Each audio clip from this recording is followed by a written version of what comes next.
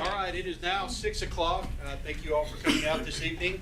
Before we open up our voting session for this evening, I'm going to stand for a moment of silence, followed by a pledge to the flag. If you'd like to join me, please feel free. Thank you.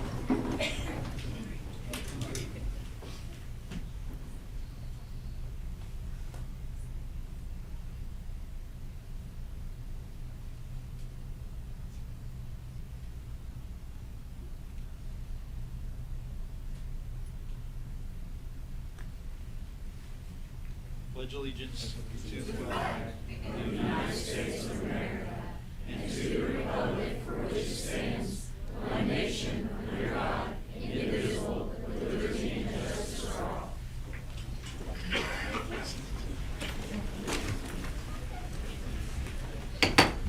All right, I call to order the Sumner County Schools regular meeting scheduled for February 18th, 2025. First item on the agenda is roll call. Mr. Johnson. Yes, sir. All members present, but Ms. Tucker. All right. Next item on the agenda is adoption of regular agenda. Do I have a motion? Have a second? Any comments? All right. Seeing none, all in favor say aye. Aye. Opposed? Motion carries. Next item on the agenda, adoption of the consent agenda. Do I have a motion to approve? Thank you. Do I have a second? Second. All right. Thank you. Any comments? Seeing none, all in favor say aye. Aye. Opposed? Motion carries. Next item on the agenda is consideration of minutes. Discussion and interaction regarding the minutes of the January 21st, 2025 regular meeting. Do I have a motion? Thank you, Mr. Lancaster. Do I have a second? Thank you, Mr. Evans. Comments? Seeing none, all in favor say aye. Aye. Opposed? Motion carries. Support services, that's supposed to be on there, Mr. Johnson? No, it's supposed to be up here. Okay. All right, just making sure. All right, then we're going to move on to recognition of the Sumner County Academic League. So, Ms. Brittany? All right, you guys, you're going to have to pile up here. If you're with the Sumner County Academic League, if you can make your way up to the front. Man, I thought all these people came. Squeeze in. Everyone just come to the front. Everyone. If you're under 19, come to the front.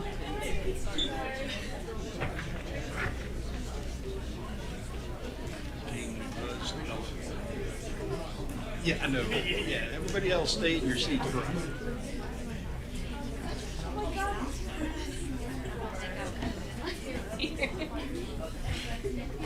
All right, so I am very excited tonight to get to recognize the Sumner County Academic League. This is a portion of our league, the ones who can make it tonight, but they are very near and dear to my heart. These competitors study and train to be the best in all areas of knowledge for their age group. They compete throughout the year from about January to October to January, and the Nationals is in May. And I thought I would give you guys an example of their championship match, what some of those questions looked like. This is a quiz for our school board members. You guys have to get this right, okay? So this is middle and high school. This is from the middle school competition match. This president appointed the first Secretary of the Navy amid undeclared conflict with France following the XYZ affair. As a part of this president's response to the quasi-war, he signed bills limiting immigration and speech, the Alien and Sedition Acts. For 10 points, name this second president. These guys know. There you go, Harrison. Thank you. You're about to say that, right? That's right. So if you ever get an opportunity to watch these kids compete, it is so incredible. If you ever watch the show, Are You Smarter Than a Third Grader? This is Are You Smarter Than a Middle Schooler, High Schooler? And I can promise you most of you aren't, because I'm not. You'd be amazed at some of the variety of questions they answer. They study so hard to know information across such a wide variety of topics. What's really exciting is this year is the 10th anniversary of the Sumner County Academic League. We had about 150 players from 32 teams representing 5 high schools and 9 middle schools. Each year they play 15 games for regular season and a county tournament. This year the middle school division was won by the A team from T.W. Hunter, and the high school division was won by the A team from Gallatin High. The middle school division recognized 20 players on the all-county team and 9 players on the county's most improved team. In the high school division, we had 10 players honored as all-county. So every month, these teams travel to one of our county schools and play matches, and it takes a lot of preparation for these matches to happen. Coaches and players practice numerous times a week, study independently for these matches, and then we need numerous volunteers and helpers for each of those matches to happen. Most of those helpers are teachers from our county, parents, or high school students that aren't on a team that are completing service hours. And the coaches spend all of this time with no recognition or without any type of compensation for their efforts. So our coaches spend several hours each week working on preparing their teams for these competitions. And then I'm going to add a little something. The man here behind this league is Mr. Brian Hoover. He puts an incredible amount of energy and enthusiasm into this league, and it would not exist without him. And as a parent of one of these league members, I'm incredibly grateful for the work that you do and the work that our coaches do.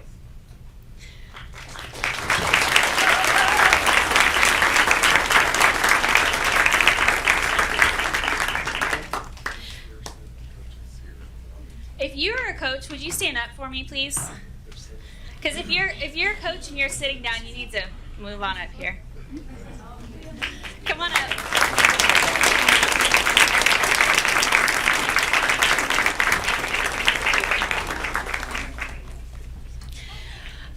So on March 1st, the high school teams from Gallatin, Merrill Hyde, and Portland will represent Sumner County at the Tennessee State Tournament hosted by Tennessee Tech in Cookeville.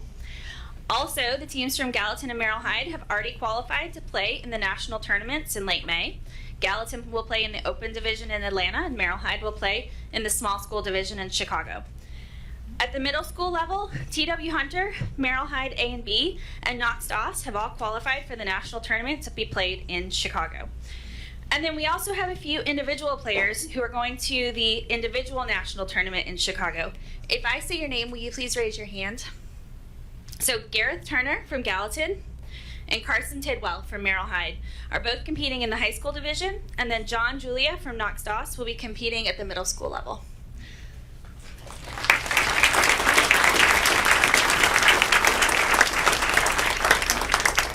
All right, so all of these next names are going to be people who deserve your applause, but there's a lot of them here.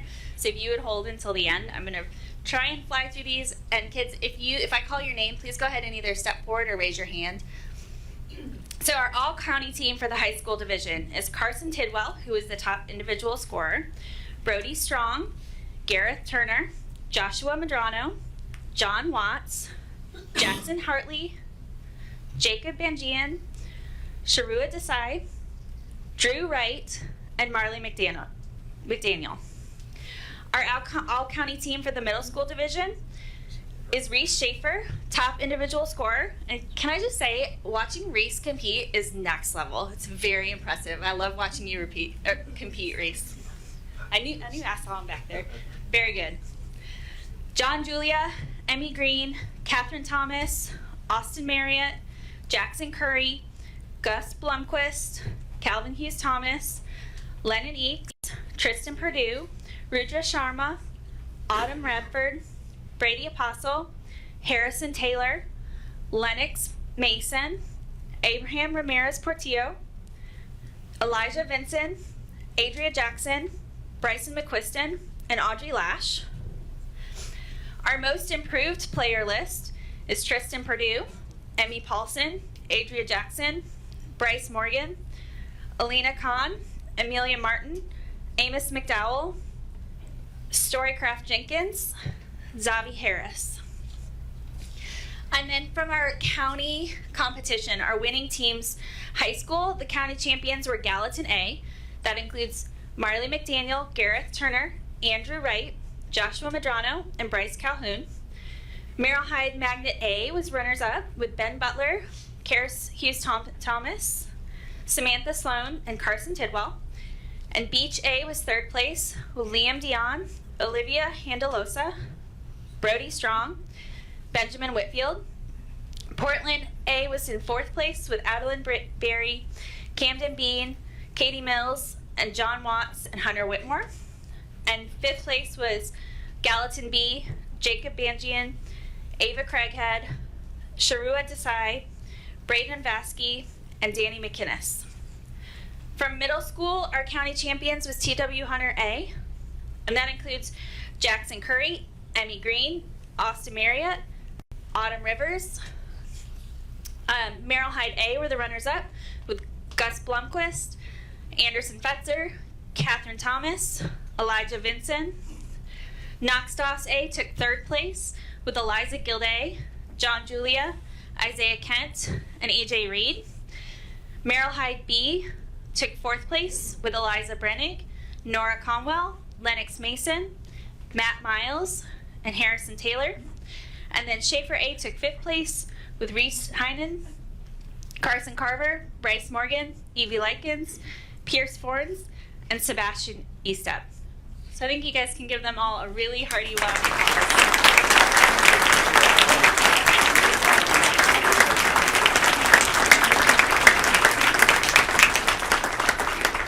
I just want to take a second to thank each of you for the time that you put in. I know it's a lot of time and effort, and parents, thank you so much for all the time and effort you guys put in to bring them to this academic league. I know you're investing all day Saturday and many nights a week just getting them ready and competing. So thank you guys, thank you coaches, thank you students, and I can't wait to see you guys next year.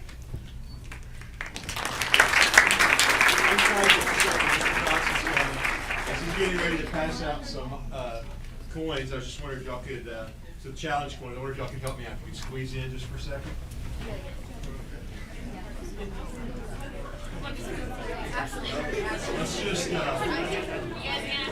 Let's just say on the off chance that it snows and sticks, and we're maybe out Thursday.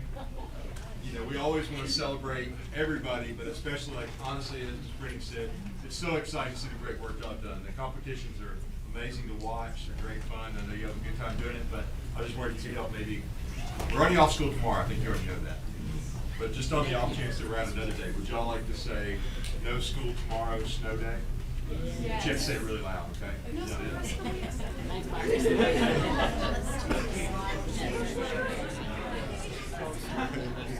All right. Ready? 1, 2, 3. No school tomorrow, snow day. All right, let's do that one more time with a little more enthusiasm. I realize that y'all may want to go to school, but all right, we need a little more passion. You got to go from like quiz, middle school quiz on fire. All right, ready? 1, 2, 3. No school tomorrow, snow day. Not official yet.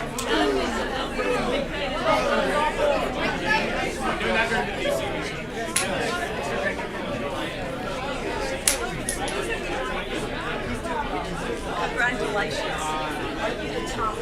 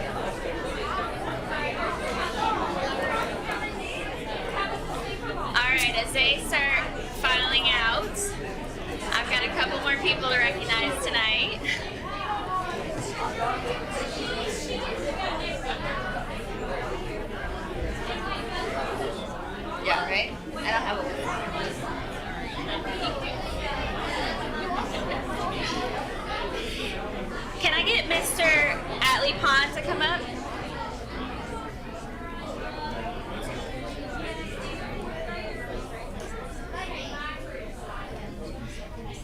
Is Coach Pond in the building?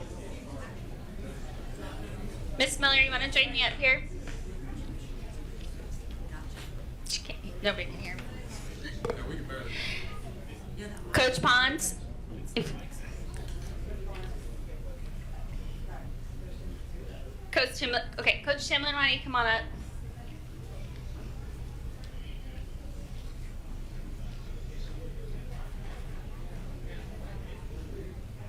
Come on over here.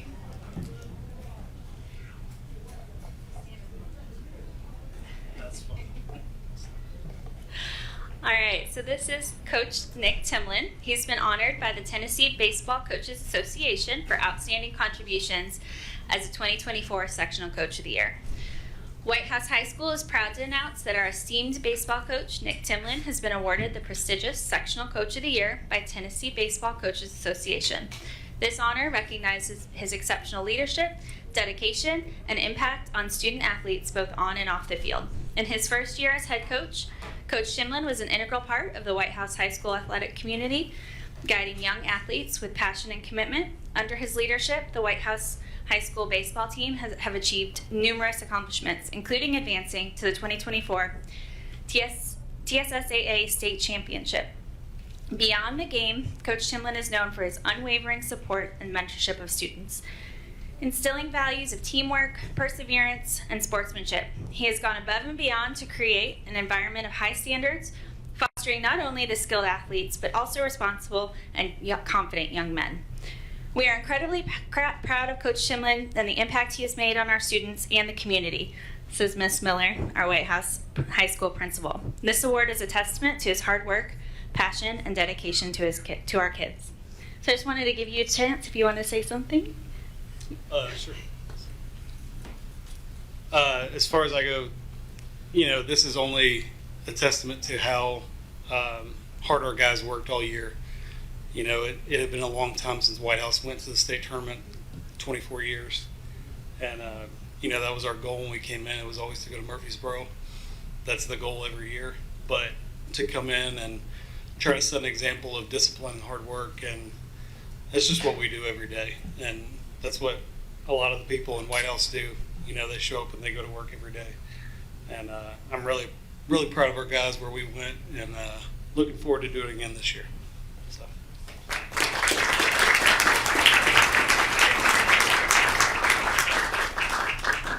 Nick, you don't get that. You're not gonna have it.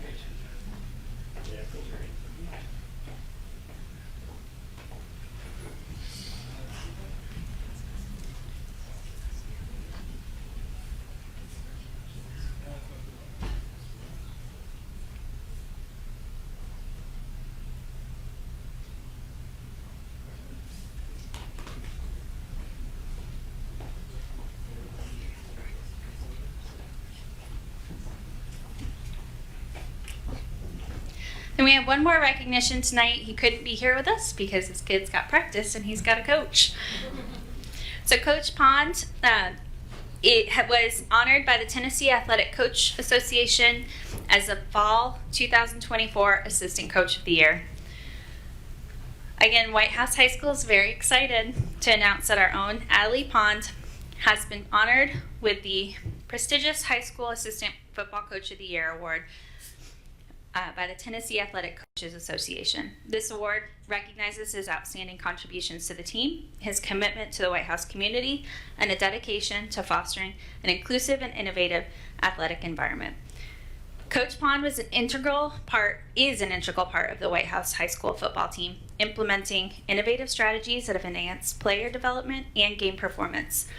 Through his forward-thinking approach, the team has seen consistent improvements both in individual skills and overall team dynamics. Additionally, Coach Pond has been a driving force in fostering inclusivity across the entire athletic department. His commitment to equity, as evidenced by supporting strength and conditioning programs across White House High School athletics, has helped create an environment where all athletes, regardless of background or experience, have the opportunity to thrive. As a White House High School alum, Coach Pond has contributed to the tradition of Blue Devil pride on the field, in the classroom, and in the community, said Ann Miller, White House High School principal. This award celebrates what we have seen for years, and we are thrilled for Coach Pond. So if you see him, give him a clap on the back and a congratulations.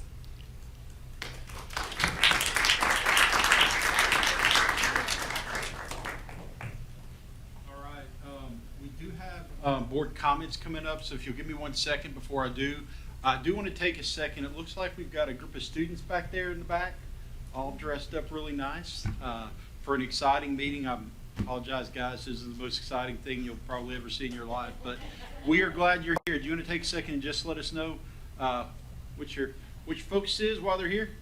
This is our Core 4. It's a group of 4th graders at Union Elementary. We've actually been coming to these meetings every February for the past 3 years. Yep. Ms. Jones and I bring our leadership group.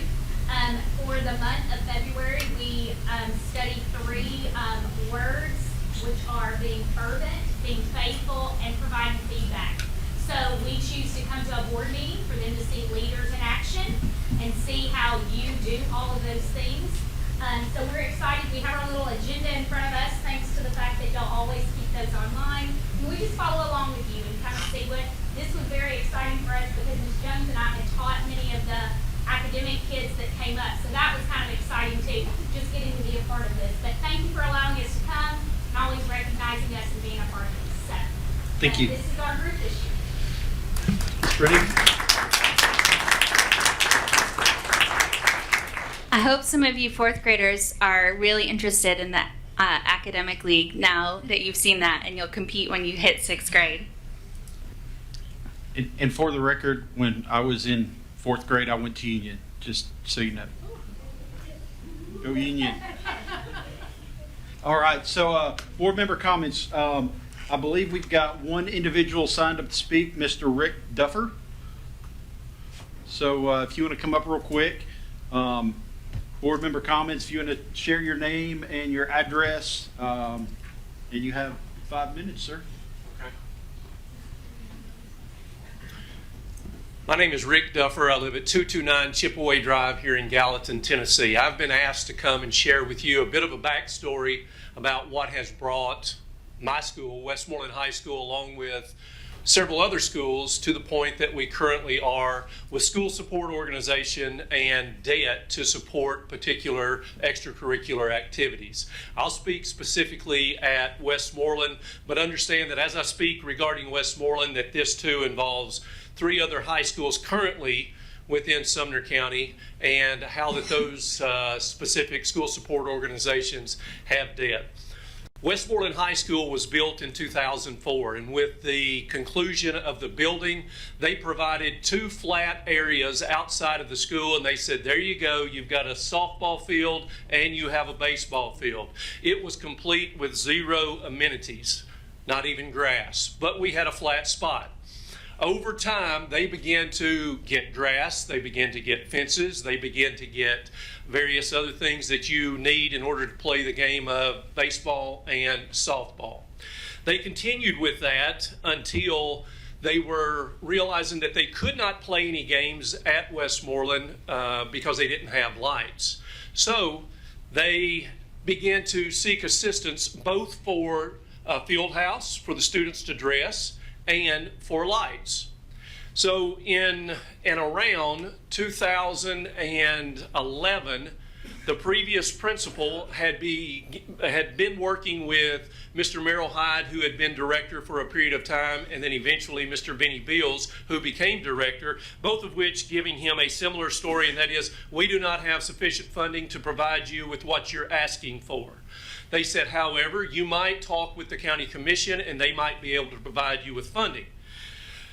I inherited that job and became the principal in 2011, so I continued with the previous work of Mr. Dwayne Oldham. I spoke to Mr. Merrill Hyde, Mr. Jerry Stone, Mr. Frank Friels, Mr. David Satterfield, and they agreed that they would be able to find for us and Merrill Hyde Magnet School a sum of $1 million.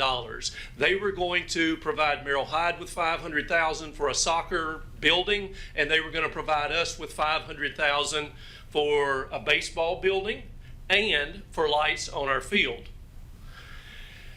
At that same time, the director of schools became Mr. Dale Phillips, and he and some board members decided that rather than commission providing funding directly to schools, it would be better to have a policy that said all funding from the commission must go to the school system and be dispersed out to the schools based upon approval of those projects. And a policy came about. $1 million earmarked for Westmoreland High School and Merrill Hyde, $500,000 each went in, but somewhere between the commission providing that money and the school system redistributing that money, 2 schools became 3. And our baseball facility decreased in size, and there was no possibility of getting lights. We downsized our building, and there was no money for lights. So, in just a few years, I worked with Tri-County Electric, Mr. Paul Thompson, and they ordered lights for us. They installed those lights for us and provided the manpower to install those lights. The portion that we had to pay was $67,000, and currently our baseball boosters still owe $49,000 on those lights at our baseball field. We installed those at a cost of $67,000. There was another school in the county that just hired an outside contractor, and they paid in the neighborhood of $120,000 for that. We still have a debt of $49,000 for those lights. The school support organization, which is a 501c3, they hold the note with individuals backing that note for those lights that are owned by the Sumner County Board of Education. In addition to that, we have a field house. The previous one was 50 years old. It had mold, it had mildew, and it had sewage that was backing up into our field house. It was a catastrophe, and it was an emergency. We didn't cry for help. We didn't do those things. I went directly to the director of schools in 2018 and 19 and said, can we get some help? He said, I'm sorry, we can't open this can of worms. We can't do this, and we can't provide funding. However, through capital outlay disbursement, through fundraising by our school support organization, and through contributions, we came up with $600,000. We needed $360,000 to complete this project. Your 5 minutes are up. I need a motion from the board. Motion to extend this time. To extend your time, just so we can get your light back on. So I've got a motion, a second. All in favor, say aye. Aye. All right. Sorry about that. That's Light's okay. run out of 5 minutes. I just want to make sure. I totally understand. $360,000 to complete the project. We looked at a variety of ways to come up with that money. I asked Dr. Phillips, I said, can we use future disbursements to pay for this? He said, Mr. Duffer, he said, we can't do that. Once you have a personal loan through individuals in the community, the school system cannot pay that back. But the commission, if they choose, they have greater latitude, and they can help you with this. So my thought was, I'm just going to wait, postpone this building, and continue to build enough money to finish this project. The contractor that we were working with, Mr. Scott Robinson, he said, be careful. Your ability to save is not going to be as great as the increase in costs due to inflation. Inflation will outpace your savings. If you build now, you're going to capture the cost, and it will not increase. So at that point, we made a decision to get a loan. It was approved by the board, and 10 people in Westmoreland said, I will back the note. Okay? This was not a donation. This was not people that said, I'm going to give you something and then ask for it later. The school support organization, a 501c3 recognized by the IRS and federal government as such, is the school support organization. But the bank says, we don't care that you're a 501c3. We got to know that this money is secured, and the only way we do that is if people come up with collateral to take the place of this if there's a default. So 10 people at $36,000 each, some of which did HELOCs, home equity line of credit, so that we could build a facility for our kids to dress in and get rid of what we had, because it truly should have been condemned. It was in terrible condition. And that is why we have a total of $325,000 debt at Westmoreland High School. That is why I have approached the county commission per the direction of Del Phillips and Dr. Langford. I asked both of them, I said, with your permission, I would like to ask that. By all means, please do so. I went to the commission, and that is what has got this entire thing started and the traction that it currently has that you're now dealing with. Thank you. Can I ask you a question? Thank you. Yeah, if there's other board members that want to ask a question, I'm going to allow them as well. All right. You know, at the last board meeting, there were some questions. Has any of the family the families in Westmoreland benefited off of the field house being built? The only possible way for any of those members who signed that note to benefit is by watching their children have the opportunity to dress inside of a nice, clean, healthy field house. No one in any way has financially benefited from this. No. They're not getting any money back, nothing. I mean, No. they haven't invested any of their own money technically in this facility. And they're not They all getting give any money donations to fundraisers, but the note that they have signed in no way is money that they're going to receive back or they are paying themselves. The school support organization is what is paying this debt back. Gotcha. Thank you. Brittany? Thank you so much for that history and that background. I think it's really important for us to know, so thank you for taking your time to come. You're I just have one question for you. If the county commission is willing to pay for all of the booster debt, would you support that for the other schools as well?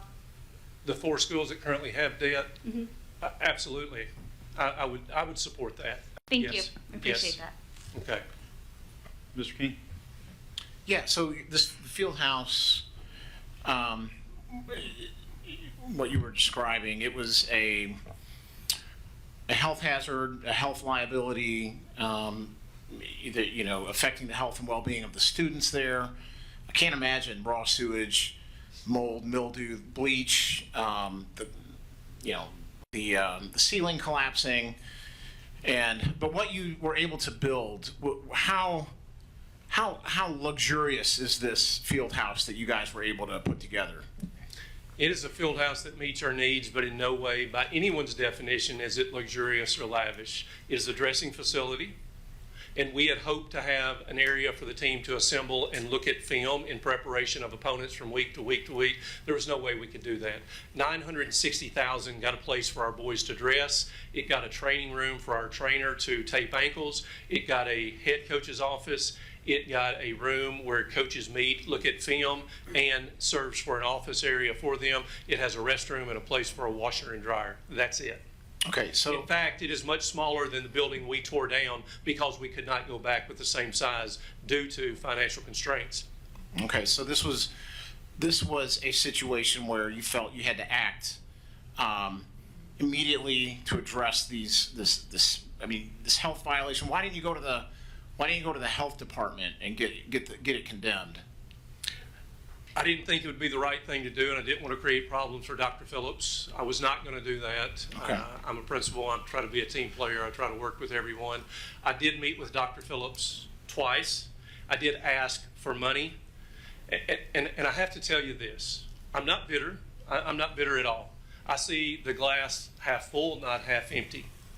But I have to tell you, the 2 years that I approached Dr. Phillips and said, can we get assistance? He said, we don't have the funding to provide this for athletic reasons. At the end of that year, there was a $10 million surplus, according to the state comptroller's office. The next year, there was over $20 million in surplus. $30 million was available, but they chose not to provide it for these reasons. Now, previous director, different perspective, I get it. We have a director now, Dr. Langford. He sees education and that process as a holistic approach where you do not divide academics and athletics. We save children by both avenues, athletics and academics. And I appreciate that. I really do. He's made a commitment. He said, going forward, we are going to do what should have been done in the past. Others have agreed that we didn't get it right in the past. So here we are in a transition between what was with Dale Phillips and others, and no support or very little support for athletics. And now we have a director that says, I take a holistic approach, and I think we should support both because we save children through both of these avenues. But you've got 4 schools that are caught in the transition between what was and what now is, at no fault to their own, because to provide for their students, to advocate for their communities, and to build what was needed, parents went out and borrowed money. Okay? So my point is this: if we're going to take action, let's clear that debt, and going forward, I think we can hold the director accountable and say, let's provide everything that we need. He's proven that he's willing to spend almost $30 million already. I have every reason to believe he's going to spend money in the future, and there will be no need for people to go out and acquire personal debt to have what our kids need for athletic reasons. Right. Thank you, Mr. Duffer. I know we've got to move on with the agenda before the snow comes in. I think we've got the resolution itself is on the agenda that focuses on funding, the request for funding for those facilities. So I'm going to give Mr. Hollis chance to ask a question real quick, and then we'll move on with the agenda. We can discuss this in more detail during debate. Okay. Thanks for coming and explaining a little bit more thoroughly the situation. Just to clarify, you all sought approval from the school board before you raised these funds. Is that an accurate statement? That is an accurate statement, yes. It's all good. And they approved the facility before it was built. No, thank you, Mr. Duffer. I will say my boys have played on your field, and it's a great field. So, Thank you. Thank you. You do a great job with facilities up there. So thank you very much. Appreciate your time. Thank you. All right. Next item on the agenda is our February director's report. Contrary to Mr. Lancaster's skepticism, I think I can just answer questions when we get to those items, and there's no need for a director's report tonight. So. All right. Thank you. I don't know how to respond to that right now. Hallelujah. I taught you that softball. Is that on video? I just want to make sure. All right. Then next item on the agenda is discussion or action regarding the resolution in support of the Sumner County Commission paying off all athletic booster club debt. Do I have a motion to approve? I move to approve the resolution as it stands. Got a motion to approve. Do I have a second? Second. Got a second. All right. Comments? Mr. Keith? Yeah, so I'm just curious. I think there's a procedural issue here. I noticed that language was added to the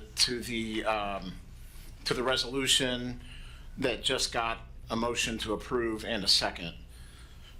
The resolution as is includes language that we did not vote to approve as an amendment. So, Point of order, we don't need to approve between the study session and this session. The board member who presents it can present whatever they want for this session based on the feedback and the intent of the purpose of the study session. So if you need to make an amendment to that, that's the process for changing what's in the... Yeah, so the study session, we were given a resolution. That was the resolution that was on the floor, that was on the table, presented to us. To me, that right there established the authority of the resolution as it was written the first time it was presented to us. And so, can I please finish? No, point of order. We can amend this that's on the agenda right now, but it's not worth spending time arguing about what was in the study session versus now. The board member who presents the resolution can change it however they want. And to clarify, we had not voted on this before, so it had not been in a voting session before tonight. Okay. All right. So I'm going to amend to remove that language. This is the language that says, be it further resolved that in the interest of fairness and equality, the Sumner County Board of Education encourages the Sumner County Commission to allocate an equal payment to all booster programs that have not incurred debt, but have contributed significant private funds, labor, or resources toward athletic facility improvements. These programs have proactively supported their schools without assuming financial liabilities, and they should be equally recognized for their commitment to enhancing student-athlete experiences across Sumner County schools. I move to remove that language. All right, I have a motion. Second. I've got a second.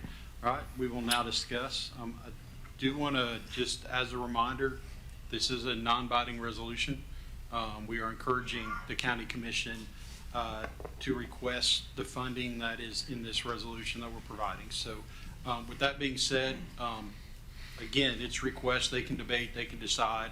It's not funding that's coming from us. So that being said, Mr. Lancaster. Yeah, I actually agree with removing that language. It just doesn't understand the thought process behind it. I just don't think it really makes sense that it's a resolution to ask the county commission to pay off athletic booster debt, and we are adding language saying, hey, also, can you give this an equal amount to other schools that didn't incur debt? To me, that just doesn't make a lot of sense for what we're asking the commission to do. That would be something we would ask the commission to do from a budget standpoint next year or in the future. I don't, again, it's a resolution. It is non-binding. It really does not mean anything other than saying, hey, we recognize, here's a list of what these support organizations have incurred in the past. We've now, I think, got a listing of what the things were that they incurred the debt for. It's up to them whether they, want to pick and choose. They want to do the whole thing. I'm supportive and hopeful that they are willing to work with these groups on some level, but I just don't see the need to. I don't think that is a appropriate section to be in this resolution. Thank you. Mr. Evans? Yeah, because obviously I'm the one presenting this, so I'm on answering that. Great points, by the way. Okay, so two things. One, the reason for that was majority of people up here, this is their suggestions or things they would like to see. So again, you add it for us to discuss, which is what we're doing right now. So part of the process. Secondly, the reason why, just like you said, I actually, and to somewhat agree, you put the whole thing in front of the county commission so that they have the chance to actually dissect, discuss, and debate this. If we don't include it now, then they're going to have to go back and add it, and there's no way that we can actually make that happen on our side. So the thought process is go ahead and putting it in there for now. Let them at the county commission level discuss, debate, and go through this process as they see fit. And then at that level, because they are making the financial decision, they will make those decisions. So that is the reason for including it here at this level. Mr. Evans, Mr. Hollis? At first, I was a no to supporting this whole resolution, but understanding further how this all came about, I see it as very similar to the bleachers falling down. It was an emergency and somebody had to act. I think it's appropriate to support this. At the same time, I think if we start lumping in everything, what my fear is to turn the county commission completely off to the whole idea. I'm all for. We cannot provide the money by any avenue. We can't do it. So we're relying on them for our support of this resolution to provide that money back to these schools. And I get, Ms. Brittany, I understand what you're saying, and I understand, like Mr. Lancaster, I understand why that language is in there. On the other hand, the way I think we can deal with this as a school board is moving forward. We know that there are, I represent Gallatin. I had a lot of calls with Gallatin. They're like, we didn't run up debt. We were fiscally responsible, if you want to call it that. So I don't think you should support it, but I do support it. But at the same time, moving forward, I think as a school board, we can recognize that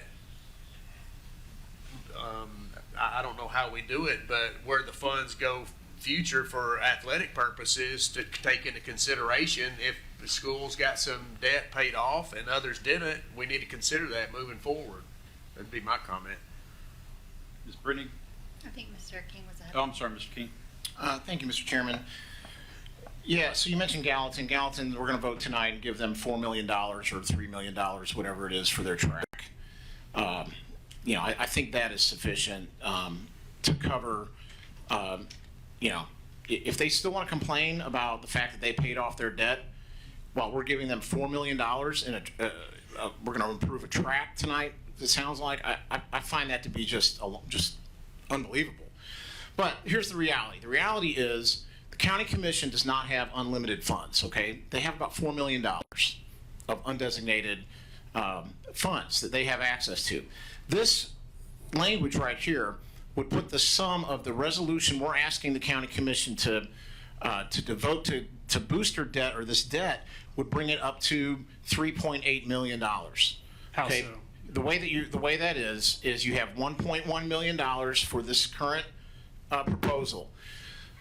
If we're going to give an equal amount to schools, to 4 schools of whatever's given to the other schools, if we're going to spread an equal amount, the highest amount that we're giving is $464,000 to Beach. You multiply that times 4, that's $1.8 million on top of the $1.1 million.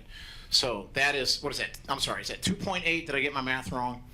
So $2.9 million, almost $3 million. That leaves the county commission with almost very little in undesignated. They have $1 million in their hospital fund. They have about $3 million in an undesignated account that they can work with. So I think this is an unfair, to keep this language is unfair. It's unrealistic. And if we're really serious about helping schools, let's take a realistic approach. This is the slippery slope that I had said that this is where this is going to go.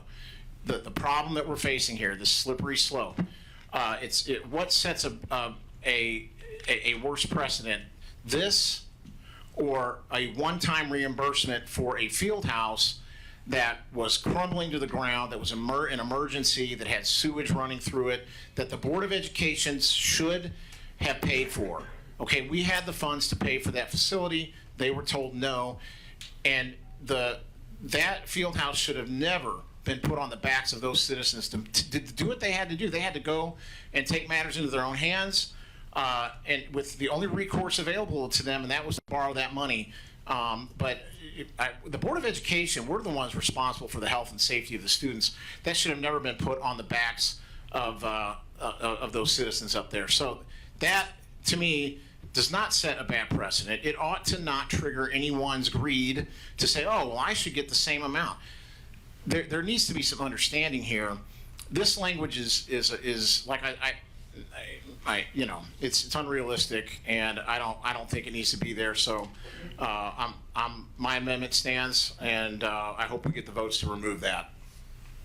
Ms. Brittany? So I'll address 2 of those issues. One, an equal payment to booster programs that have not incurred debt does not necessarily mean the same amount as the ones that have. It's an equal payment between those 4 schools. So that is not an easy math to go up to $3 million. They could give $5 to each of those schools. Not that I would recommend that, but it doesn't say an amount that they have to give.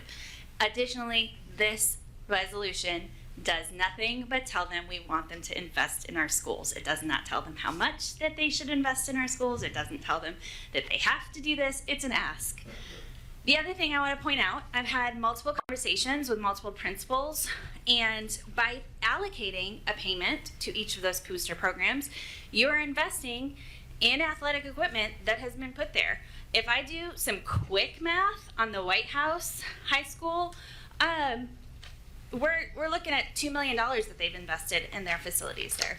We're not talking about just giving money to places that have not invested in their schools. The entire point of this resolution is that parents have put in significant funds, and we want to recognize that they did that in a fiscally responsible way, in a conservative way, and that they have done that proactively supporting their students. So we want to also contribute to the people who are proactively supporting our student athletes.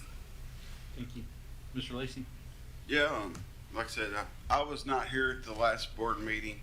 I watched it twice online. You know, I asked Mr. Duffer the question, did any families, are they going to benefit if the county commission pays off their loan?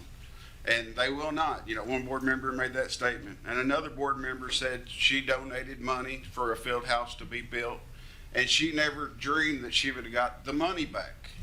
Well, nobody, if this does happen, nobody in Westmoreland will get their money back. I mean, the 501c3 has paid the note since it's been established, but I wanted to get that established. But as somebody from that, I guess that's lucky enough to represent Westmoreland, I'm sitting here watching this, you know, everything that I voted on since I've been on this board, you know, Hendersonville got $9 million for a football stadium. Beach got $9 million for a football stadium. Portland got $2 or $3 million for a football stadium. And then Westmoreland gets an opportunity for a little bit of $274,000 at the county commission.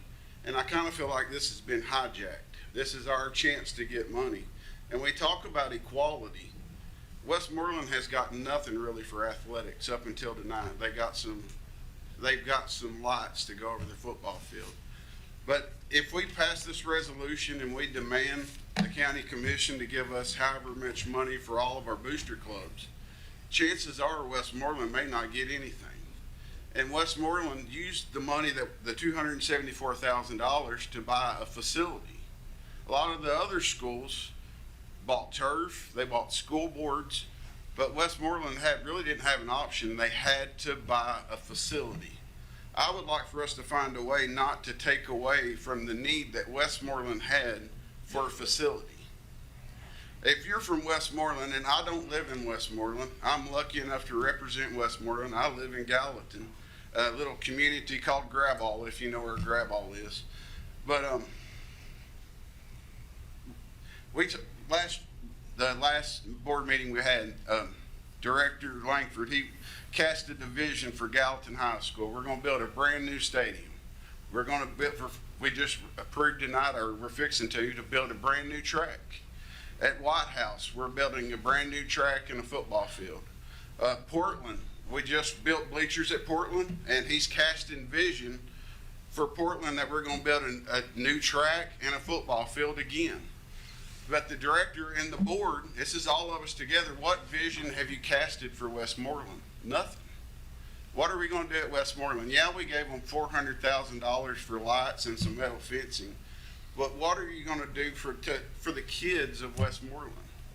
That's what I want to challenge you. And I feel like tonight we just kind of said, give me, give me, give me. My people need something. But what about Westmoreland, the kids that live in Westmoreland? Do they not deserve to get something? Like I said, I would just like to see Westmoreland, their debt is different. Fine, give the other. I'm not against the other booster clubs receiving anything, but Westmoreland's debt's a little bit different than buying turf or a school board. I mean, they had to buy a facility that should have been condemned. And that's what I would like to ask my fellow board members to remember, because if we pass this resolution, it's going to go to the county commission and they could just cancel all of it. So please consider that when you make this resolution, when you cast your vote, please. Mr. King? Yeah, so the way I understand the way that the request for Westmoreland is, they've gone through the paperwork. There is a memorandum of understanding that suggests this is how this money is going to be used. All of that has been put in process. This right here, this amendment sounds like we're just going to give these schools free money. Some of them are getting millions of dollars. Are we giving, let me ask you this, why should Gallatin, if they get a track tonight for $4 million, why should Gallatin get a payout of additional money?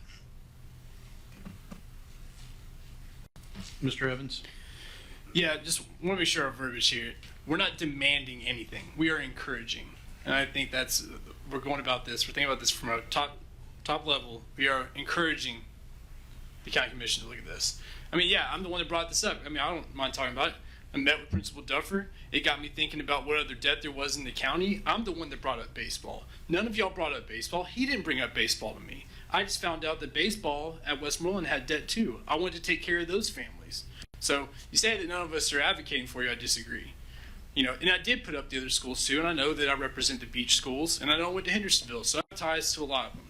And I know some of these other schools don't have the debt, but you know, this was the tangible debt that we had. We're not suggesting an amount that they're going to pay out to these other schools.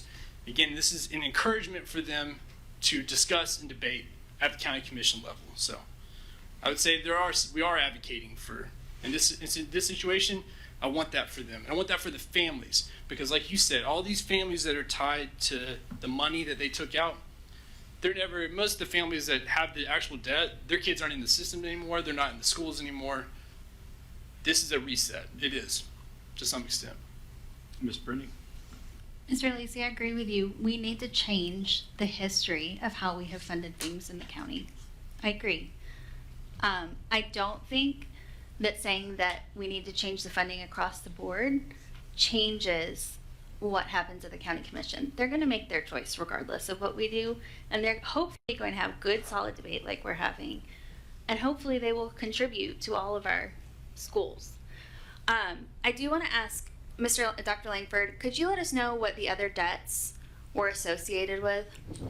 Yeah, I'll try to go really quickly. I think, one thing I think to keep in mind is we've talked about previous school boards, previous commissions, previous directors is, I've had the privilege of being around Hendersonville High School in the 70s when I was little, then Beach High School when it opened, and then White House High School as a principal before coming up here, and then everything that we've done since then. Those other schools, starting, I would guess, with Gallatin in the 40s and 50s, everybody built their stadium from scratch and built all their facilities. And I think so. If you look at these debts, beach baseball, beach football. When Beach opened, they spent the first 3 years picking rocks off that hill. They ran an irrigation pipe all the way to the creek behind Worsham's and pumped water up to irrigate it. So it's hard. It's always hard for me to say what's an emergency when it reflects a lot of blood, sweat, and tears and money, millions of dollars poured in from the community over time. So Beaches was for field turf for baseball and football. Hendersonville for football was the scoreboard. For soccer, remember their stadium is over at Drakes Creek Park, scoreboard, new mower, and a concessions trailer. And a little bit for softball. Station Camp High School, as Mr. Hyde said, I can't remember which commission meeting it was last year, one of those when we were moving the $15 million, he mentioned that he was superintendent when Station Camp was opened, and that was the first school in the history of Sumner County that had been built with any athletic facilities. But I know Mr. Crook would tell you that even though they had some fields, they had almost nothing else, including dressing facilities and different things like that. They're still really under, they need better facilities at Station Camp too. So their debt reflects a lot of similar type work that they needed. Field turf for infield and baseball. If you've ever been over to Station Camp, it's low.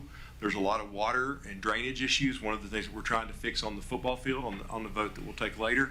So field turf for the infield, weight room training facility for football, and a first time ever locker room restrooms for their soccer team. And then Westmoreland, I think Mr. Duffer's already shared very well about what Westmoreland's needs are. Lighting for the baseball field, fields are used all the time. Lighting is an essential. And field house, and I agree, Ms. Brent, to your point. I think that what we see is a shifting of era from when we used to do things. I mean, I can tell you that when we took over the stadium at White House, the city of White House had kept the stadium forever, and we took it over, I think, in 2016. The first thing that our maintenance team did was try to figure out how to fix the plumbing in the bathroom facility at the White House Stadium, and the reason it was hard is because it had 275 hands over 40 years fixing it, and everybody did the best they could, but there probably wasn't a licensed plumber that ever worked on it until our maintenance crew took it over. So those are the existing debts. I think that if you ask me, my recommendation would be to recommend paying off all the debts, because I think it reflects generations of work by different people in different communities under different contexts, all with serious need at some point, and it marks the beginning of, it's the end of one era moving towards another. I would also recommend that we consider a policy as a school board to say that we don't let SSOs take on debt anymore, because I don't think it's prudent to ask groups of parents. It's not the purpose of an SSO to build buildings. That's the job of the school district. I agree wholeheartedly with that. So I think what I would like us to do is to recognize we aren't here to demand anything. We aren't here to insist on anything. We're here to ask the commission to partner with us on making sure that Sumner County schools are the best schools. And this is one way we can do that. And I don't think that limits their ability to support Westmoreland. And I don't want to limit their ability to support any of our schools that have invested in ways that maybe we don't have them invest in the future, but they've already done. Mr. King? Yeah, it's almost like this, there's like a flippant view towards this resolution. I take this very seriously. This is not, this is very serious. We're expressing the will of the board on this to the county, to another legislative body. That is not, oh, you know, we can't really do anything or whatever. This is very serious business, and this sends a message to them. And I, you know, again, so we need to take this very seriously. If there's a problem with this language here, we need to get rid of it. And I think there is a problem with it. And back to my original my question I asked a few minutes ago, if Gallatin is getting $4 million, why should they get some more money? If Portland is getting $2.4 million, why should they get more money? If Beach, okay, I'll come back to Beach. You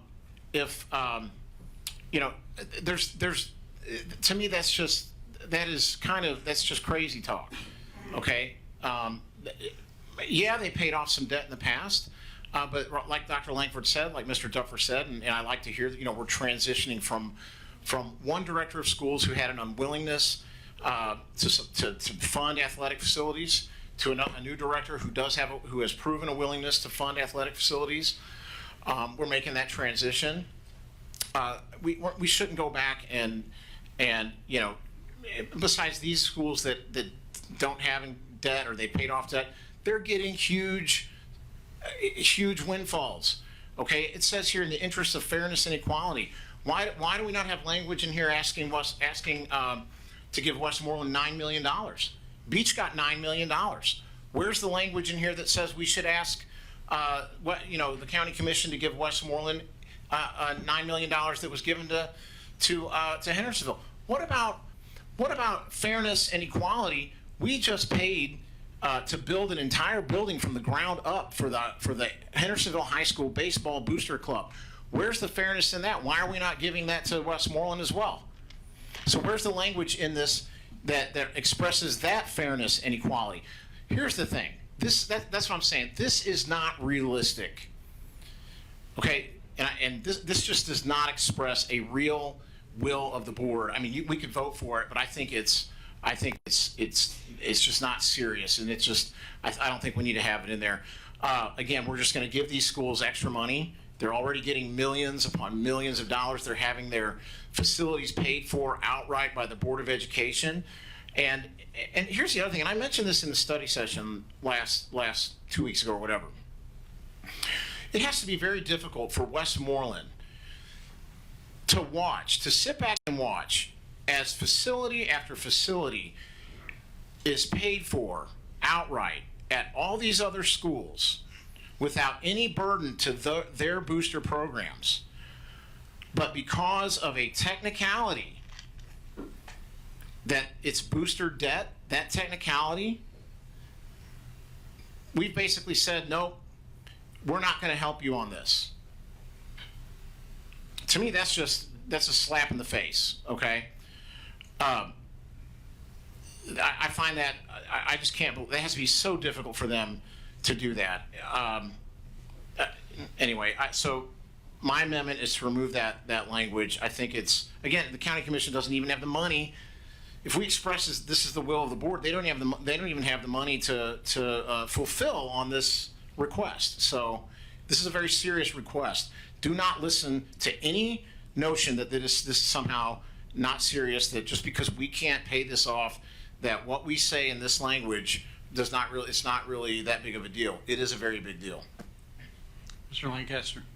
The only thing I would like to just make a statement on is Station Camps football. I met with those parents, and two things. One that we're addressing this year, you know, when Station Camp opened, their field house had, field house had basically, it was just an empty shell of a building. They incurred the debt for that reason. But also one reason, you know, I've seen some comments that, you know, field turf is a extravagance and not a, you know, and I get it. Yeah, it seems like that. But in Station Camp's situation, you know, they don't have field turf, But if they, could have purchased it, if their school support organization could have purchased it the way in the shape their field is in, they probably would have. They spent.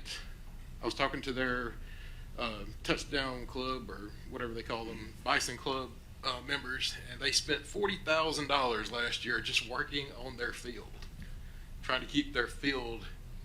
And as someone that spent some time on that field, it still ain't in good shape. So that $40,000 was spent just to keep it, in some kind of condition. So,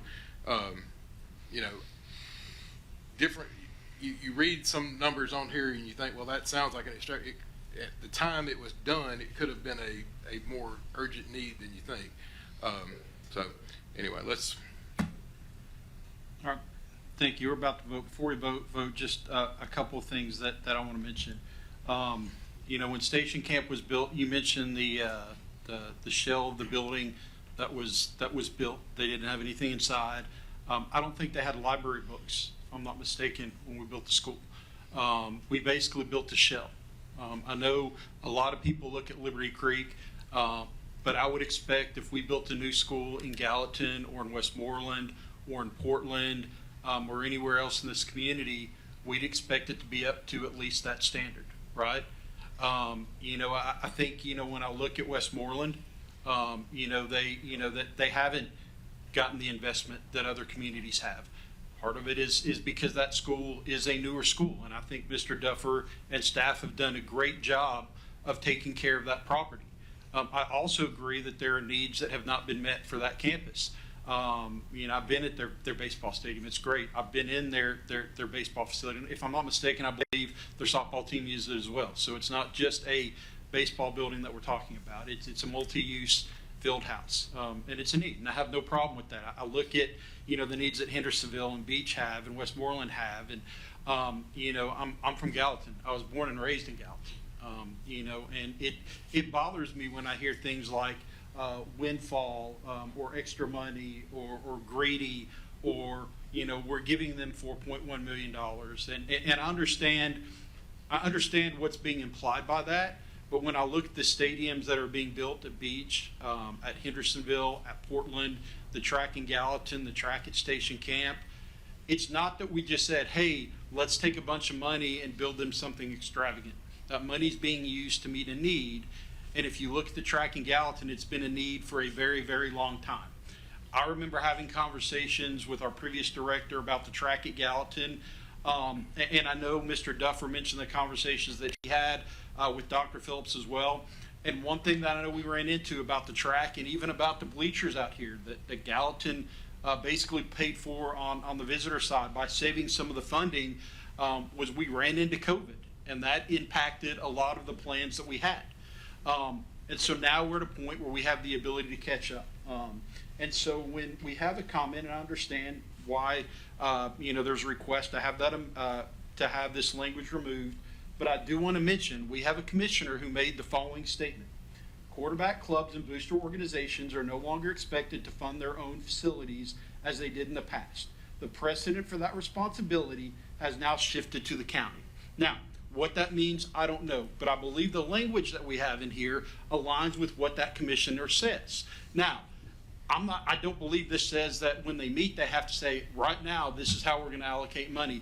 But I do think there needs to be a conversation of if we are going to fund athletic facilities, and not just athletic facilities, fine art facilities and other needs that our county has, then we need to have a plan and a strategy working with the commission to make that happen. And I think this helps start that conversation. Nowhere in here do I say it says demand. I see the same language. I see encourages the commission to allocate. I see supports encourages the commission to pay off. That's what I see. I think all we're asking with this resolution is that we meet the needs of our booster clubs that have already incurred debt, and we look towards the future, and some of that includes those schools that were fiscally responsible and didn't incur the debt or waited for a longer period of time to build the facilities that they had, or haven't built the facilities that they would like to build. Because I know at Gallatin High School there's a number of facilities that they haven't built because they haven't had the funding to do that. And so I support the language staying in here, and with that, I would like to go ahead and vote, as I believe we've all had the opportunity to speak. So this is on the amendment, and then we will circle back if there's more conversation after that. Can he what is the actual amendment? The amendment is to remove the language, the paragraph on page 2, be it further resolved, all the way down to experience across Sumner County schools. Is that correct? Yes. Remove that whole paragraph. Yes, that's the amendment. So the amendment is to remove the first paragraph at the top of page 2. Again, this is not on the resolution itself. This is on the amendment. So I'm going to ask Mr. Johnson, can we do a roll call vote, please? Yes, sir. Ms. Hayes. No. Mr. Oh, what's the? A vote of yes is to approve the removal, a vote of no is to keep it. Is that keep That's it? A correct. vote of yes is to approve the amendment. A vote of no is to not approve the amendment. Okay. Yep. Yes. Mr. Lancaster. Yes. Ms. Tucker. No. Mr. Evans. No. Mr. King. Yes. Mr. Hollis. Yes. Ms. Brennan. No. Ms. Stewart. No. Ms. Barnes. No. Mr. Lacy. Yes. Chairman Daniels. No. Motion fails 7-4. All right, we're back on the main motion, discussion of the resolution itself. Seeing no comments, Mr. Johnson, can we do a roll call vote? I have an Oh, amendment. sorry. All right, sorry, Mr. King, I didn't see you. Yeah, I just did. All right. So, so that's fine. We've left that language in there. I would like to amend. Let's see where it says on page 1. It says the Sumner County Board of Education supports and encourages the Sumner County Commission to pay off all outstanding Booster Club debt, including the following, and then it lists all of that debt. I would like to amend for that statement to read, and I have copies. I can give Jeremy a copy if he needs it, and I can share it with you all. I would like for that to read, Sumner County, so to replace that language with the Sumner County Board of Education supports and encourages the Sumner County Commission to pay off debt in the amount of $274,272.08 incurred for the field house at Westmoreland High School. Be it further resolved, the Sumner County Board of Education encourages the Education Committee to make further recommendations concerning all remaining high school athletic booster debt reimbursements. Do I have a second? Okay. Yeah. So can you clarify, because my reading of what you just said is that you're basically saying the same exact thing, just saying that we want you to pay this off first and maybe think about the other ones. Is that Pretty okay. much. All right. Yeah, I'll explain, but Okay. All right, thank you. the amount is, I'll give you the actual amount. It's a little bit different, but. So Want to pass it down? So based on the amendment, and we have a second, Pass down. the amendment is to pay off the Westmoreland High School debt that you have listed here. Or to encourage the county commission to encourage. to pay off that debt first, and then have the education committee make further recommendations on all other booster club debt. Is the amendment? Okay. Can I? Yeah. I was just asking for clarity. We got a second, right? Yes, we We did get a second. Okay. So I mentioned earlier the limited resources that the county commission has. Around $4 million. For those of you who don't know, there's a hospital fund that they have that has they sold a hospital years ago, and that money has been been used periodically. There's about $1 million left in that that bucket or that fund, and in addition to that, they have about $3 million of available undesignated amount. So that total amount is about $4 million. And yes, I'm thinking about this amendment as in terms of multiple phases of this process of like we said, we're going through a transition period. I don't know if the county commission can tackle all of this at one time, especially if now it looks like they might have to consider other more than just what's been listed. I think Westmoreland's debt is within the balance of what I think they can reasonably do right now.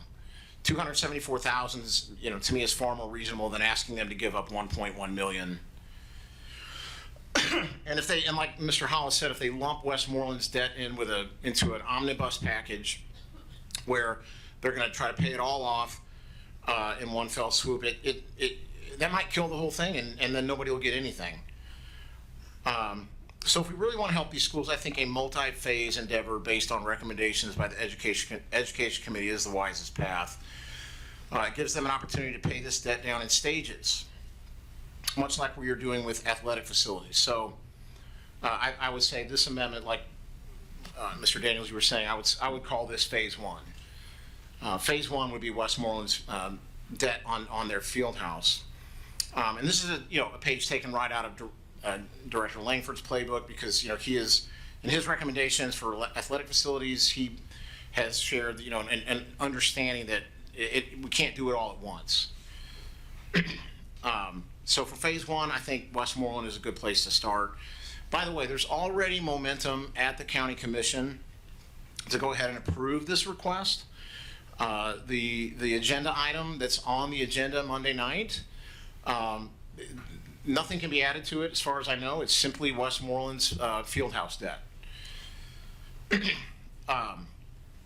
And so they've already taken steps to approve that request. They've gone through all the paperwork. That's all been submitted. There's been a memorandum of understanding, an MOU, that they have signed. That's ready to go. They have, and basically that says this money will be used simply for that purpose alone, for the field house. And as of right now, no one else has submitted paperwork to go through the process for nonprofit debt reimbursement. So I think we start here with this amendment and and it gives discretion to the Education Committee to parcel out needs versus wants, okay? And make recommendations at that point. We've had some discussion, and people have said that, right, like there's luxury items. Some people think a Jumbotron scoreboard is a luxury item, or field turf. And let the Education Committee assess that and see, if these were luxury items, that means, maybe their program could exist or function without them, perhaps. So my amendment gives them the discretion to figure that out, parcel out which items get get reimbursed. They may recommend all of it, but I don't know as of right now if we're really going to try to be proactive and get something done. I don't know if we need to encourage a full repayment of all of it in a one fell swoop. So I think the best path forward is to do this in stages. So that's the explanation for my amendment. So, Mr. Evans? Yeah, I'm just clarifying that we're not asking for nobody up here mentioned $4 million except for the insinuation there. So wait, so I never asked for $4 million. None of this says $4 million. You're the one that suggested $4 million. So to the public, and as it's going to be public record with this meeting, I want it stated that that is not the suggestion that I submitted. Nowhere do I have $4 million listed on. No, I think you're confusing what I'm saying. What I'm saying is, you've insinuated it twice now. I'm not insinuating anything. I'm saying that that's the amount of money they have available. We're asking them in this request for $1.1 million to be repaid back in booster debt. Thank you for agreeing with me. That's it. That's all I'm saying. I don't know how that was hard to understand, but and my point with that was they only have $4 million, and to me that's a very small amount of money for a county to have sitting ready to go should there be other needs that come up. So no, I'm not saying we are asking them to pay $4 million. So I'm just saying that this resolution as is requesting them to pay $1.1 million. So I think what we should do is start with Westmoreland's Fieldhouse as a phase one, and then go into a multi-stage, multi-phase process where the Education Committee can make further recommendations. Ms. Brenning, do you have a comment? Point of order, I don't think you've moved off Mr. Evans. Okay. All right. Any other comments? I will say I don't I'll be opposed to this amendment. I don't think we need to have it. I mean, I appreciate your reason for bringing it. I mean, I think we're asking if the commission can decide to do whatever they want to do when they get into their meeting. If they decide, hey, we just want to pay off, Westmoreland, that's their choice. We're recommending that they consider all of these other options as well. And again, I don't, I understand that Westmoreland is debt is important. I don't think Mr. Duffer would say that makes Beach, Hendersonville, or Station Camps, and I'm sorry if I'm insinuating, but I don't think he'd say that makes that unimportant. So I think the request is that they consider paying off all of this debt, and then we move on from there. So with that being said, Mr. Sure. Johnson, let's go ahead and, yes. It is a little different. The debts are different. At Station Camp or Hendersonville, they've been investing in other stuff such as scoreboards, maybe new helmets, new jerseys. Westmoreland has not been able to do that from my understanding. They're paying off their note. Last time I talked to Mr. Duffer, they were talking about selling bricks for $500 to build like an arched entryway. It is different. I mean, I know you say it's not, but it is different. I mean, they're buying something to upgrade their field. Westmoreland had to buy a building, had to pay for their own building. I mean, so it is different. It keeps their students, their football players from actually buying other stuff to make their experience better. And totally appreciate that perspective. I feel like right now we're trying to set up schools against other schools and communities against other communities, when all we're really trying to do with this resolution is say, hey, we'd like you to consider, commission, paying off this debt that's been incurred by this school, these schools, and consider looking at other options for other schools in our county. So with that being said, Mr. Johnson, roll call vote. Yes, sir. So, just to clarify, this is On my amendment? Yes. It's on your amendment. Yes. And the Okay. amendment reads as, we will amend the first paragraph to read, Sumner County Board of Education supports and encourages the Sumner County Commission to pay off debt in the amount of $274,000 incurred for the field house at Westmoreland High School. Be it further resolved, the Sumner County Board of Education encourages the Education Committee to make further recommendations concerning all remaining high school athletic booster debt reimbursements. And a yes vote is for the amendment, a no vote is against the amendment. And with that, Ms. Hayes. No. Mr. Lancaster. No. Ms. Tucker. No. Mr. Evans. No. Mr. King. Yes. Mr. Hollis. No. Ms. Brenning. No. Ms. Stewart. No. Ms. Barnes. No. Mr. Lacy. Yes. Chairman Daniels. No. Motion fails 9-2. All right, back on the main motion. Seeing no comments right now, Mr. Johnson, roll call vote on the main motion. Ms. Hayes. Yes. Mr. Lancaster. Yes. Ms. Tucker. Yes. Mr. Evans. Yes. Mr. King. Yes. Mr. Hollis. Yes. Ms. Brenning. Yes. Ms. Stewart. Yes. Ms. Barnes. Yes. Mr. Lacy. Yes. Chairman Daniels. Yes. Motion passes unanimously. Thank you. Next item on the agenda, discussion or action regarding bids and architect fees for Station Camp Motion High to School, approve. Merrill Hyde Middle Second. School, and Gallatin High School athletic project. Sorry. Gallatin's waited a long time for that track, so. Well, I'm gonna take that one. I want that track. Yeah, that's me. You could have- I'll let you let have the Chairman second, Daniels but have I'm the taking motion it. Yeah. there. I don't know if I'm allowed to, but I'm gonna take it anyway. So yeah, been a long time. So yeah, and then I'll give Mr. Second for Mr. Lancaster. There you go. So, But yeah, you so can't motion your own thing. yeah, I'm motion my own motion. If I can't, then I'll give it to Mr. Lancaster and Mr. Evans, and you can put a side note that strongly supported by Chairman Davis. All right. So, Mr. Langford, do you have any information you want to provide? Yeah, I'll just see if I can clarify a couple things. You know, we had 11 bids, complete bids. We had more than that who pulled the bid documents and considered bidding that didn't. So I think what you see here is that you're getting pretty close to what market value. We looked at, this was a very complicated bid if you look at it, because they were able to bid the job in its entirety to do all three, or they could bid individually or any combination thereof that they wanted. And so of course you see, Biskin is the low bid for all three. It's actually, if you add up the lowest cost on all three, it's still the lowest. But I think you can see that how close most of the bids are, that you're getting a pretty accurate perception. I think that there's a lot of uncertainty in the market right now. And if you rebid these again, I think that they would be even higher, with tariffs looking to go from 10 to 25% on steel and aluminum. That's a lot of what's in the materials that we use for construction. And anytime, I think if you talk to commercial contractors now, they'll tell you that they're kind of shooting in the dark on where we already had inflation, we already had disruptions in supply chain, and then now other uncertainties. Not just from tariffs, but from a whole host of other things. And so I think that you'd probably, if we ran it again, we would get a higher bid. I think if you look at the projects, I know some questions that I've had in the past is, where does this put us with regard to our overall capital project money? And so Ms. Brown and Mr. Harrison ran some numbers for me after these bids came in.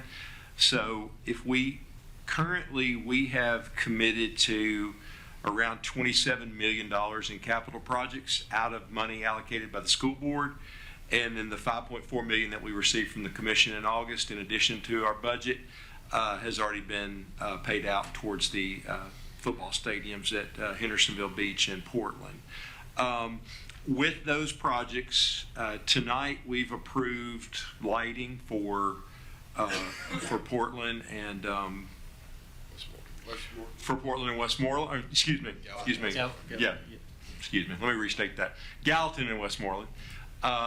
You'll see that on there. We have, if we go ahead and commit the $1 million that probably North Sumner, we'd originally estimated about $820,000, but looking at the increases in this bid, I'd say probably $1.1 million. If we encumber all those, go ahead, we still have about $1.97 million in capital money, and that's with, sorry, I got off my email. So all the ones that we've already approved, adding to those $1 million for North Sumner Elementary window project, fencing for Gallatin High School and Westmoreland High School, some maintenance stuff for Hendersonville High School, furniture. There's still about $50,000. Miss York allocates furniture. She has $150,000 in furniture each year. Part of that you approved tonight was $75,000 to redo the library furniture at North Sumner. Andy has tried to spend, you remember we allocated $200,000 for HVAC projects around the county.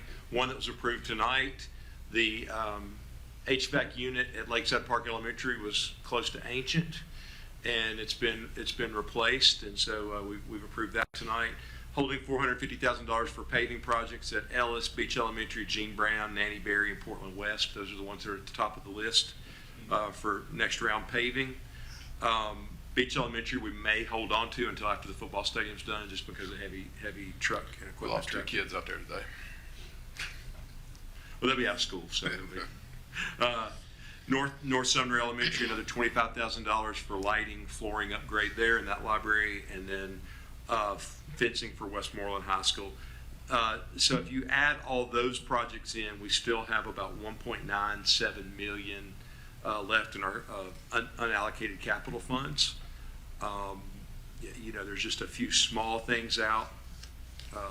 Maybe some additional architect fees on North Sumner, but that'd be less than $10,000. So we're in really good shape, even with the additional funds for these 3 bids. And I think, as we've expressed tonight in all of our conversations, these are 3 very, very much needed projects. Mr. King?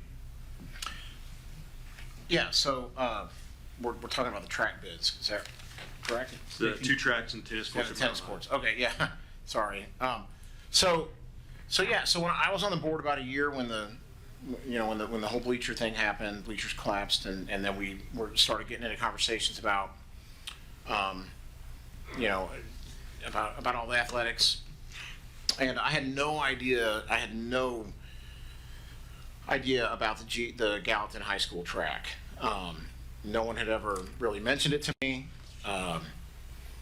It really wasn't a discussion. People weren't really talking about it. Maybe they were, but it wasn't something I was hearing about. It wasn't being talked about on social media, and so, but until the bleachers collapsed, right? And then, of course, I had to learn. I learned about, okay, wow, this track over here has, been deteriorating. And so at a meeting one night, I made a recommendation that, now we were talking about funding stadiums, and I had made a recommendation. I suggested, why don't we fund the stadiums, get that expedited, do that right away, and go ahead and fund those, get those plans rolling, because obviously we wanted, at the time, we wanted to try to get football, get those stadiums built by the football season next year, the following year. And I made a recommendation. I said, let's pay for those now. Let's get those, let's focus on that. And then let's put the tracks, let's fix those in our budget workshop, in our budget cycle. When that comes rolling around in a few months. I mean, we were only a few months away. And for that, I got just hammered. I got completely just attacked. I was told that I was told I hated athletics. I hated students. I was putting them at risk. It was a safety issue. I was jeopardizing their safety. They're going to get injured. And then they said that people said that I said the track wasn't necessary. All of that was just a lie. And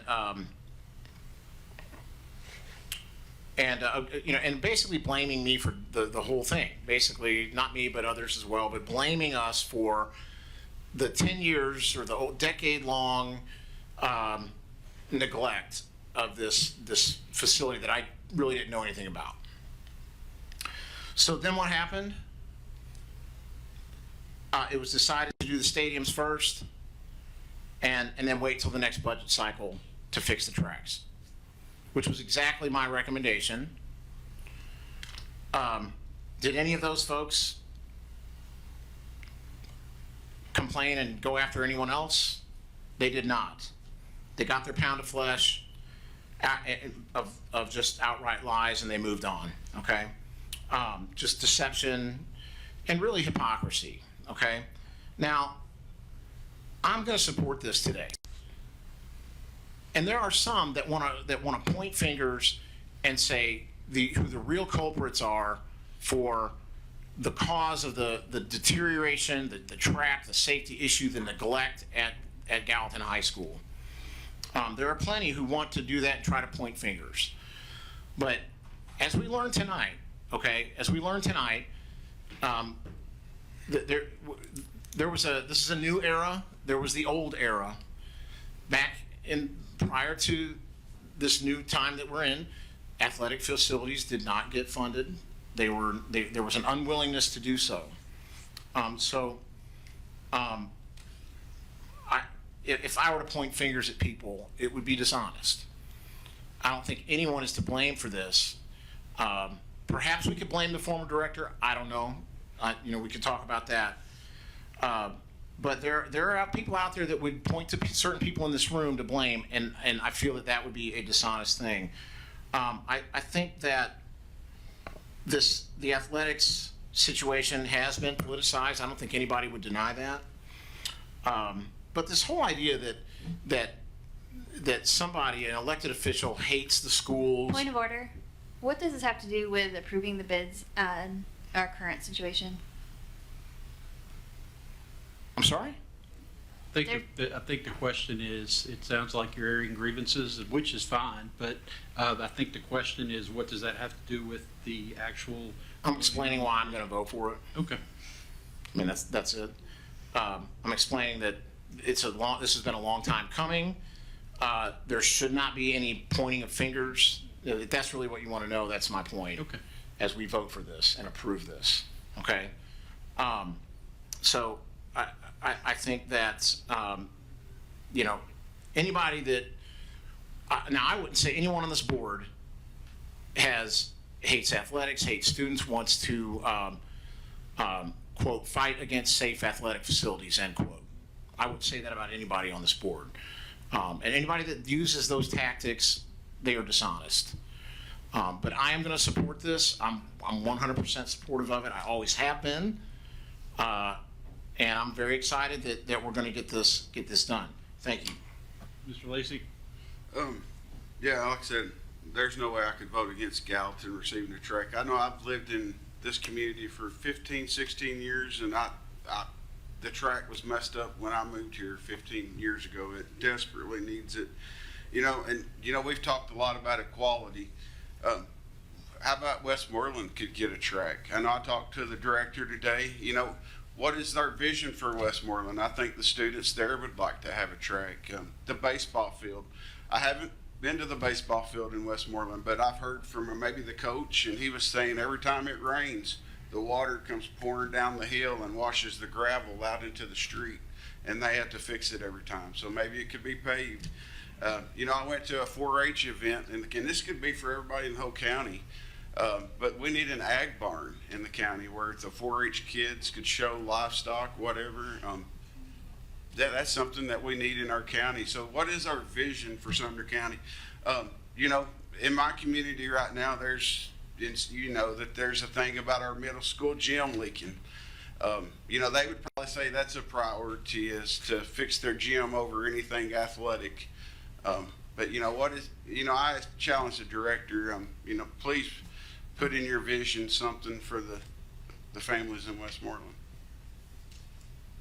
Any other comments? But I will say, and again, I appreciate your comments, Mr. King, but people have talked about the Gallatin track for a very, very long time.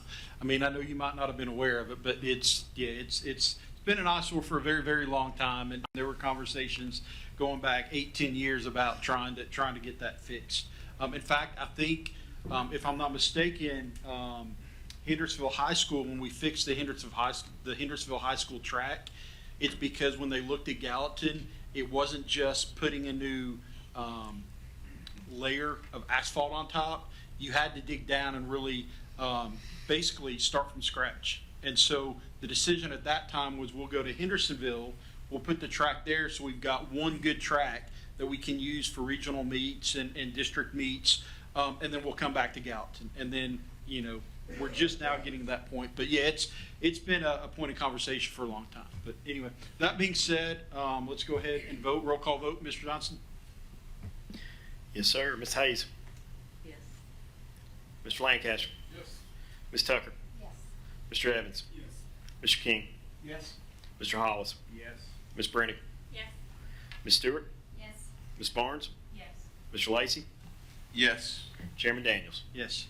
Motion passes unanimously. All right, next item on the agenda is discussion or action regarding amendments to the general purpose budget. Motion to approve.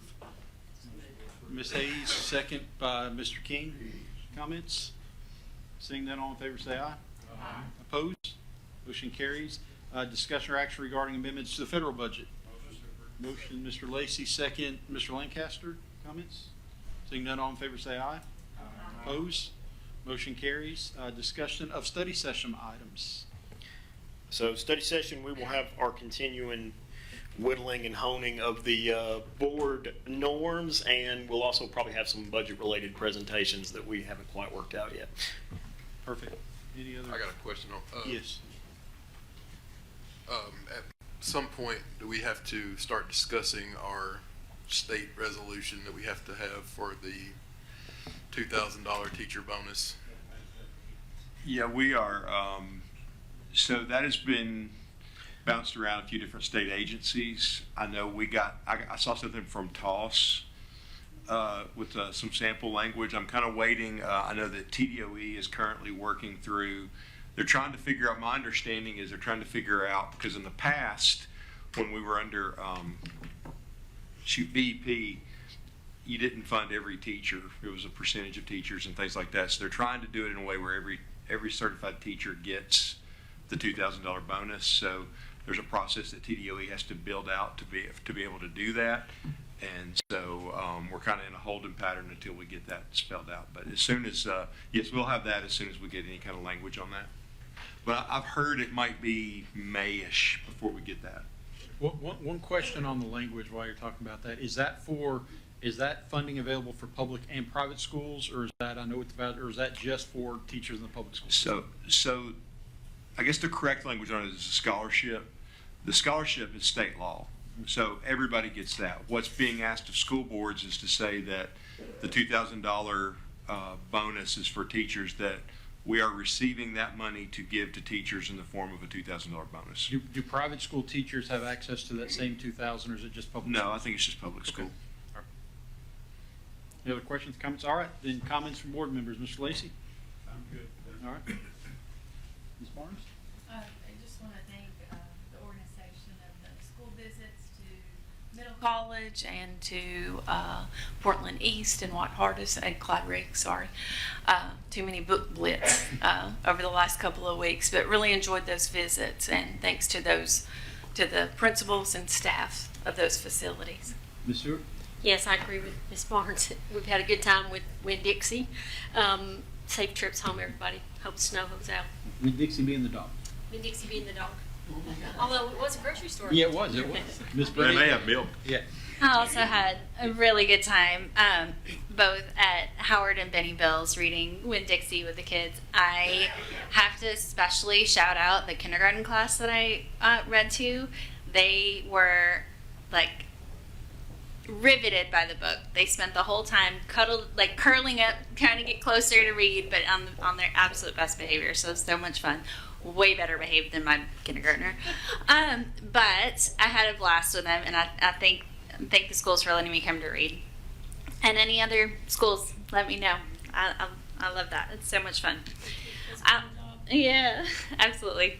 I also want to thank our principals that are here tonight. I know you guys work so hard, and for you to sit through this meeting with us, we really appreciate it, and we appreciate your support. Mr. Hollis? I just want to give a shout out to in the TSSAA Wrestling Championships this week for the high school. We had 28 Sumner County wrestlers participating in that, and we also outside of that in the AAU Sumner County wrestlers came in fourth in the Region 3 in Tennessee, and this is without a feeder program. This is a lot of volunteers doing a lot of work out there. Sumner County Wrestling Club with Joe Reiger and a lot of those guys doing a lot of good work, and I'm looking forward to one day us having our middle school teams participating on a school-wide level. So they're doing a great job. Mr. King? Yeah, so we're getting out kind of early. If you haven't had dinner, run by Slim Chickens. It's the Beach High School Band Booster Night, Spirit Night there. I think Slim Chickens is better than Raising Cane, but if you want to debate me, feel free to stay after. So head over there. Mr. Evans? Yeah, that actually sounds really good right now, so I agree with him. No, shout out to we have a lot of basketball teams that we play in the next couple of days, so good luck to all those teams that will be participating, especially here in Sumner County, or hosting games. I also want to shout out, because this will happen before the next time we meet, but girls flag football is officially starting in the next 2 weeks. So as a girl dad, ×2, I'm really excited that girls flag football is off and going here in Sumner County. So it's funny, Ginny Bain, who is, I forgot what her last name is, married name. She's the coach at Hendersonville High School. She was my quarterback when we did Powder Puff at Hendersonville, and we were the only team to ever beat the juniors. You remember this, Coach Frank? I remember we made them so mad. We were freshmen and we beat the juniors. They had never lost before, but Ginny Bain is my quarterback, and she's coaching the girls, so I'm excited to go watch that. Mr. Lancaster?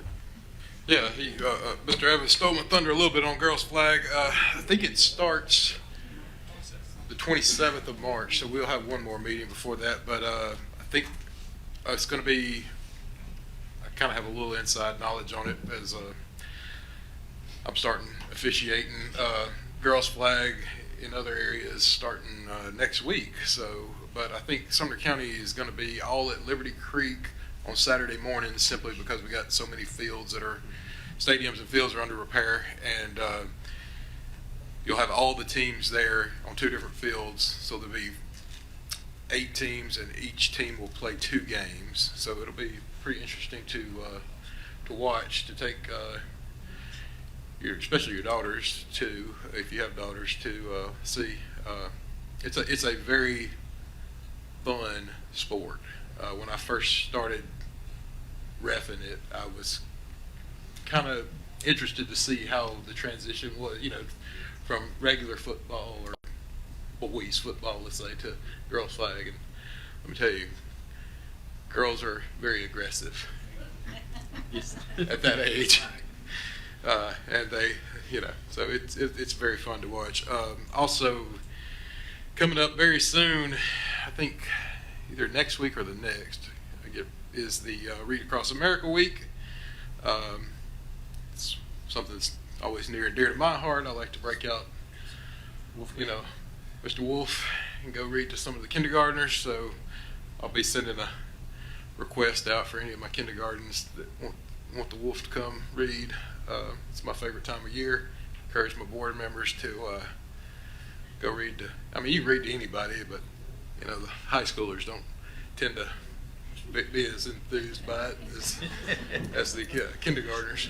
It's always good. Kindergartners just love you no matter what. They're just glad to see you. So they were even glad when Dr. Langford read to them. So just like I say, take time and go see some of those people. So thanks. Thank you, Mr. Tucker. Thank you. I'm very excited that Lakeside Park Elementary has invited me to come to their family movie night that they're having really soon, and looking forward to being with them. And so I want to also encourage all the schools out there to please let your board members know when we can be in the schools, when we can come read, when we can come help, when we can be involved, because we don't always know when these events are happening. So please let us know. Ms. Hayes? Thank you, Chairman. I just want to give a shout out. We had a great representation across Sumner County with our cheer and dance teams.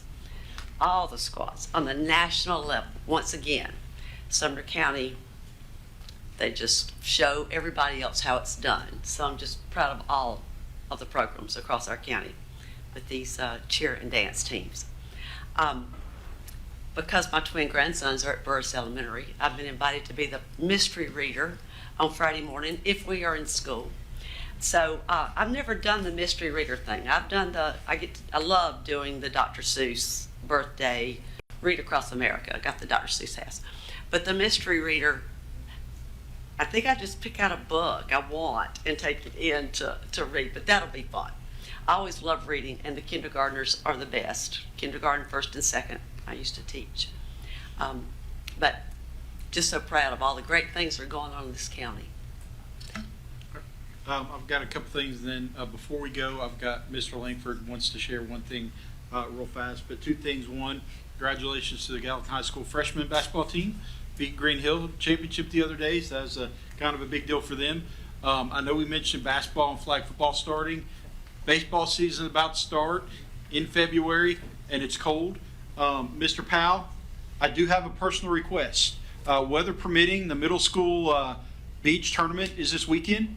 I would like a portable heater in the dugout that could follow me wherever I go, because it may be cold this weekend. So that's just a personal request. That being said, thank you for being here, and I appreciate the board and the conversation and debate tonight. So with that, I'll turn over to Mr. Langford for last minute comment. What's your granddad name? What's your granddad name going to be? Grandpa. Yeah. But so I feel really confident this is going to be the last time we have this shot to take. So I want to take a moment. A couple of months ago, we voted to name the football field after Art Crook at Station Camp High School. Tonight, we voted to approve the track and then fixing the football field.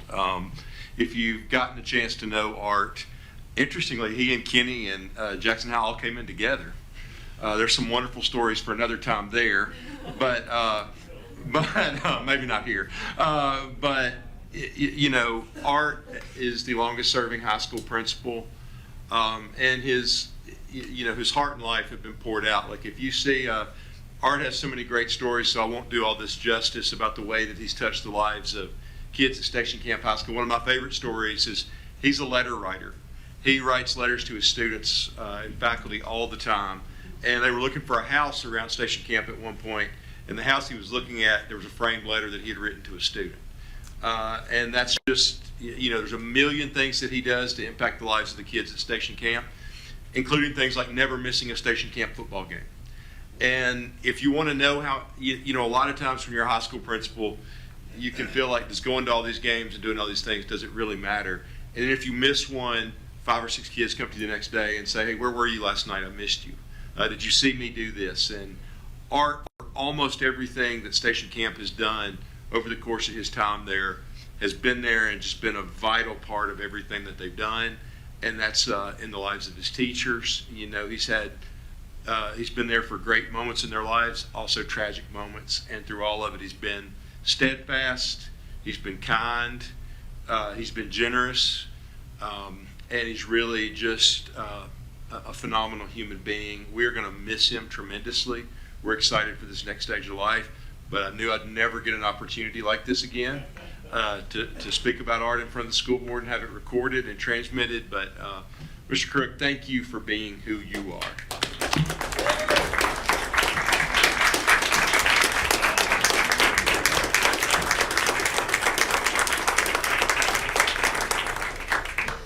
And with that, we're adjourned. You don't have to sit back down.